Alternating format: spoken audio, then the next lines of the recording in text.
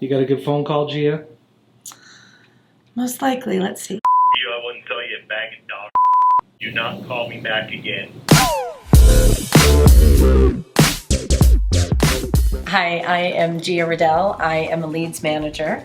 And some of the responsibilities that I have with this job are obviously taking phone calls and making outbound calls also. Currently, I'm working on it's called Call Rail. So our RVM leads come through on Call Rail. They're not direct calls. They go to a voicemail, and then I listen to the messages. I work with many different types of people that are calling in. I try to get as much information from them as possible so that when the property consultant meets with the seller, they have all the information at their fingertips to be able to make a solid deal with them.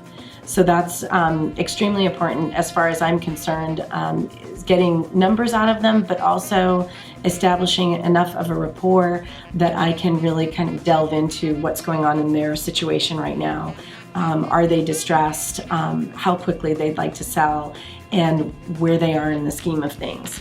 So that way, when my property consultant goes out to meet with them, they have an idea of who they're meeting with, a bit of their personality, what kind of distress they're in, and what they're looking to sell that property for, so they can work around everything. When they go in to meet with them, they know maybe that they have a driver personality or someone that's quite analytical, so they're going to bring a lot of details with them to that appointment.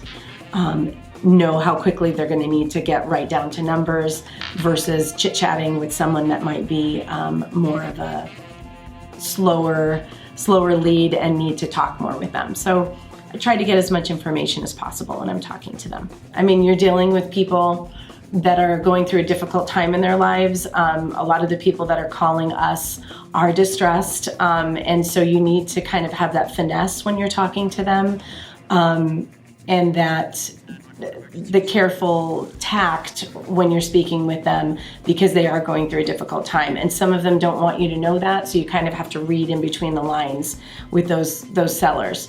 Some of them are angry from the get-go. They don't want to be put in this position, but they are for one reason or another. And so again, you need that finesse and tact when you're speaking with them and knowing when to just kind of take the back seat, let them lead the conversation, and get as much information from them as possible.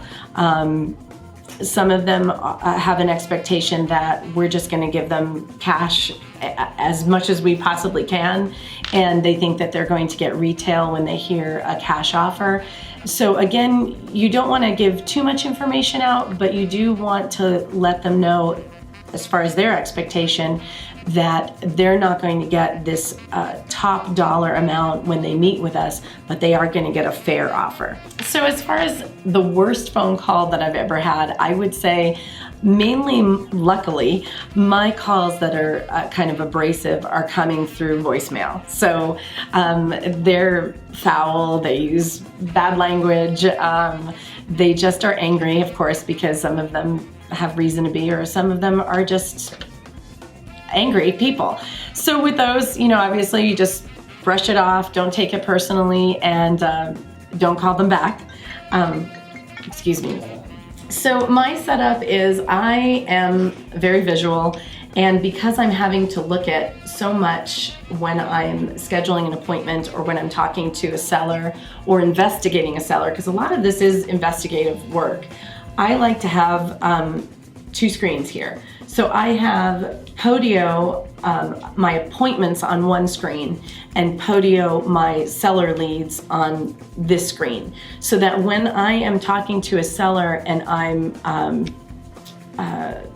inputting all of their data and their information, I'm not wasting a whole bunch of time having to pause and then look for appointments or scramble for an appointment time.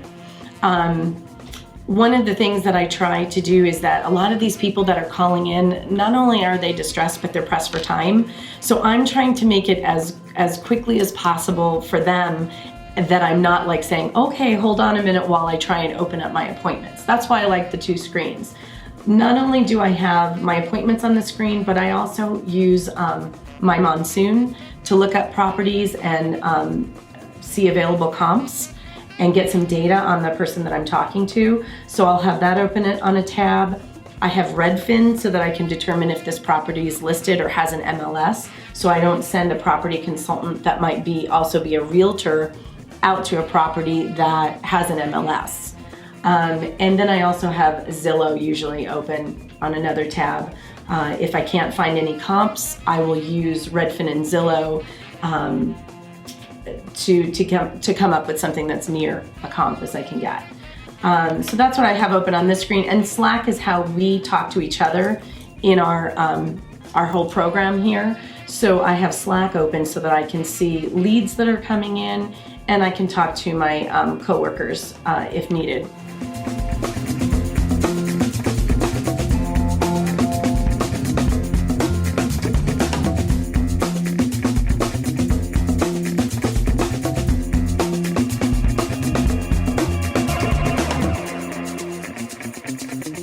Emergency response.